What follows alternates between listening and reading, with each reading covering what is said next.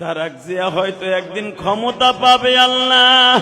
তারেক জিয়া হয়তো প্রেসিডেন্টও এক সময় হতে পারে, তার বাবার মতো, তার মায়ের মতো প্রধানমন্ত্রীও হতে পারে।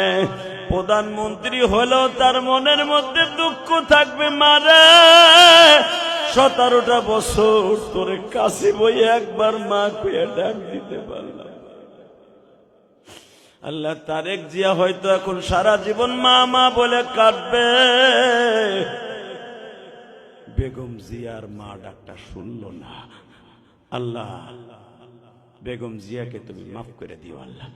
আল্লাহ, খালেদা জিয়াকে তুমি মাফ করে দিও, কবরের সওয়াল জব আসান করে দিও আল্লাহ। আজকে চলে গেছে 30শে ডিসেম্বর, আজকে 30শে ডিসেম্বর চলে গেল।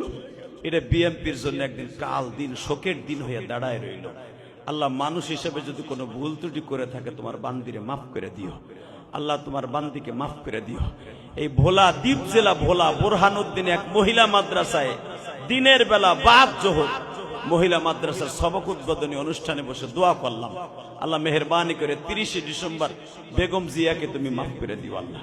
আল্লাহ, তার কবরটা জান্নাতের বাগান বানায় দিও।